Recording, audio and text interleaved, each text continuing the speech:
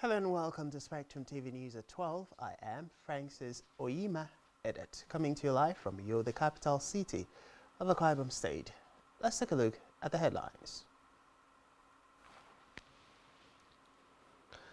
President Bola Tinubu tells U.S. investors at Nasdaq closing bell ceremony that Nigeria is the greatest economy.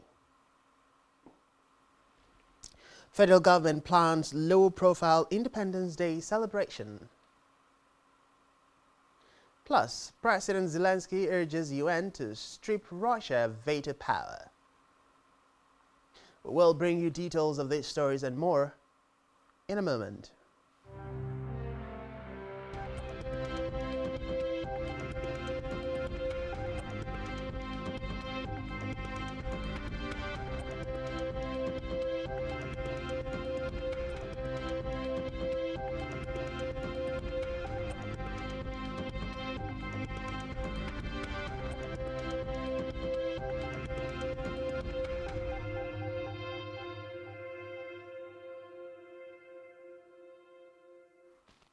Many thanks for joining us. First in the news this afternoon is Nigeria's leader, President Bola Tinubu, who rang the closing bell at the Nasdaq stock market in New York as he called on the United States business community to invest in Nigeria's bubbling market.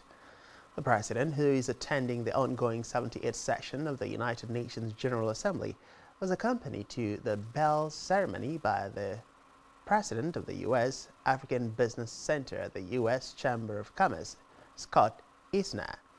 The closing bell ceremony, held at the 7-story tower of the Nasdaq headquarters in New York, signifies the end of a trading session. Meanwhile, President Bola Tinubu has described his wife, First Lady Oluremi, as a strong pillar in his journey to success as she marks her 63rd birthday. In a personal message, the president said he had enjoyed the delight of family, political and business life with the First Lady. Tinubu said their bond grew stronger through thick and thin, noting that their love and commitment to each other had only deepened with time. He prayed that God continue to guide and guard the First Lady and bless her with good health and longevity. Away from that, the presidency says the Chinese construction company, China Civil Engineering Construction Corporation Limited, CCECC, has committed to the completion of the Abuja Light Rail project in 8 months. This is according to a statement by the Senior Special Assistant to the President at Media and Communications, Office of the Vice President, Stanley Ngocha. The statement noted that the promise was in line with the determination of President Bola Tinubu's administration to enhance infrastructure development across the country.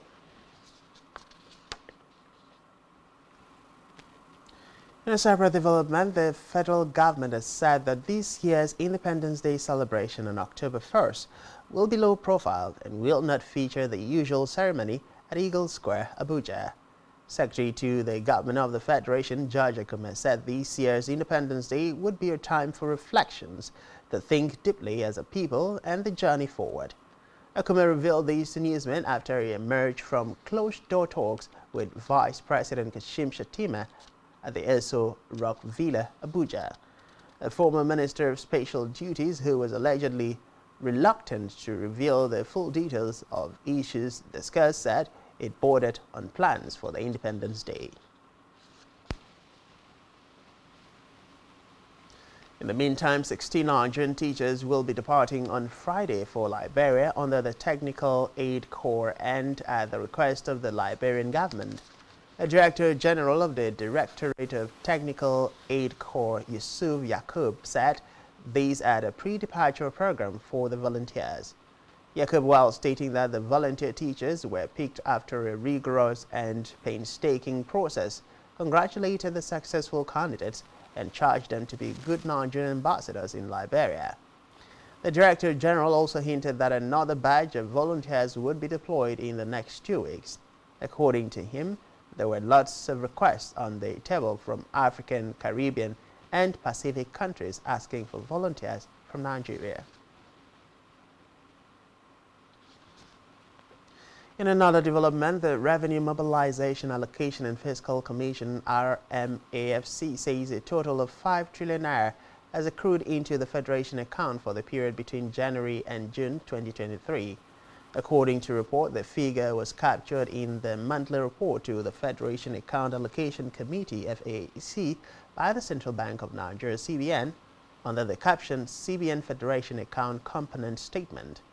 The RMAFC chairman, Mohammed Shehu, in a statement said, out of the total gross revenue inflows into the Federation account, the sum of 627.3 billion naira was NNPCL JV Petroleum Profit Tax (PPT) due captured and recorded by the FIRS, but utilized by the NNPCL for other FGN obligations.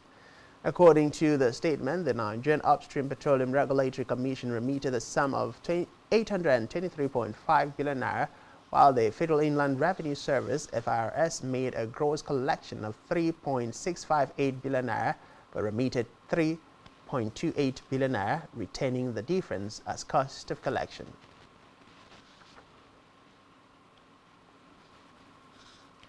We move to Kano State, where the state government has declared a 24-hour curfew statewide following the judgment of the Election Petitions Tribunal, which sacked the state governor Abba Yusuf.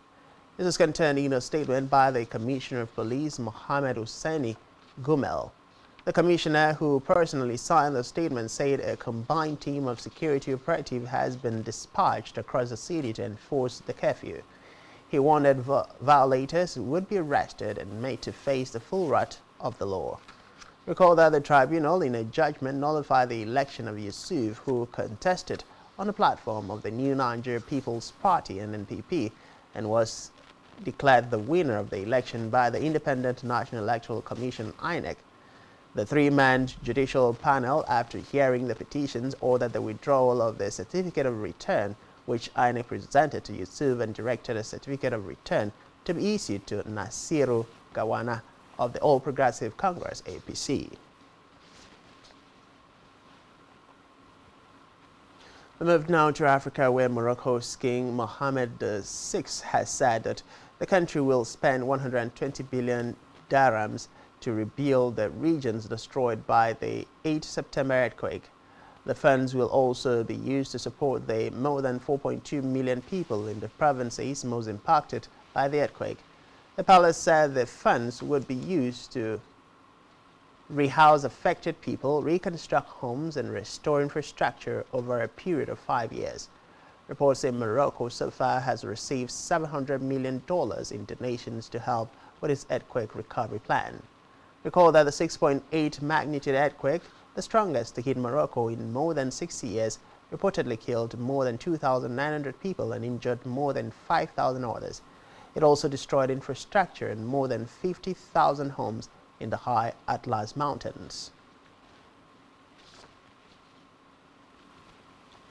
Still in Africa, the Democratic Republic of Congo President Felix Tshisekedi has called for a speedier withdrawal of the United Nations UN force in the country to begin this year. Tshisekedi told the UN General Assembly that he had instructed his government to begin talks with the United Nations to bring forward the start of the progressive withdrawal from December 2024 to December 2023. The Congo president said the mission, known by the acronym MONUSCO, had failed to bring peace in the country despite being there for about 25 years, noting that it was illusory and counterproductive to continue to cling to the force to maintain peace.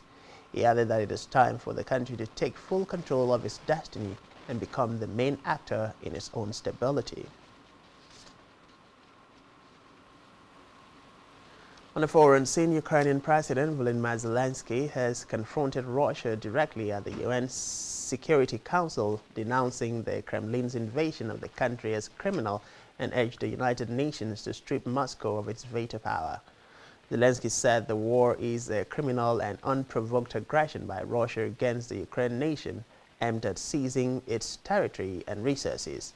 The Ukrainian leader called on the United Nations to vote to end Russia's veto power on the Security Council, where Moscow joins only Britain, China, France, and the United States in being able to block any resolution.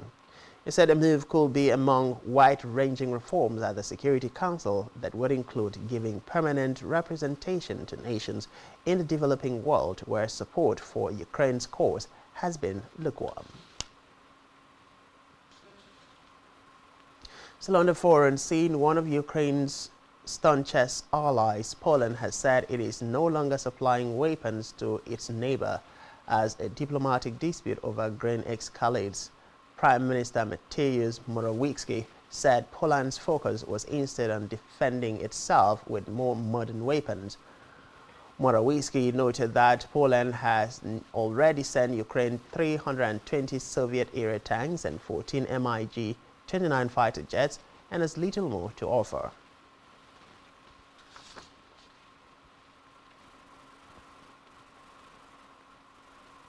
Still to come in the news.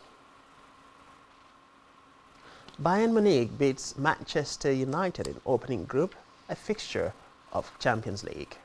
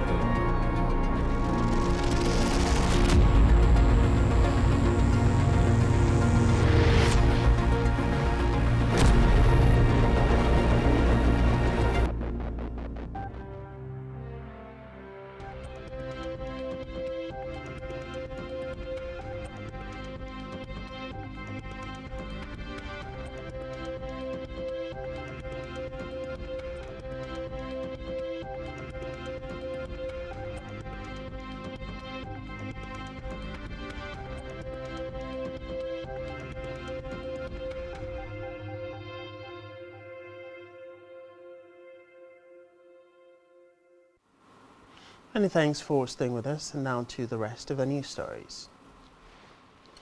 On a business news, the Minister for Budget and Economic Planning, Abubakar Bagudu, has said that Nigeria loses $1.5 billion of its gross domestic product (GDP) every year due to micronutrient deficiencies.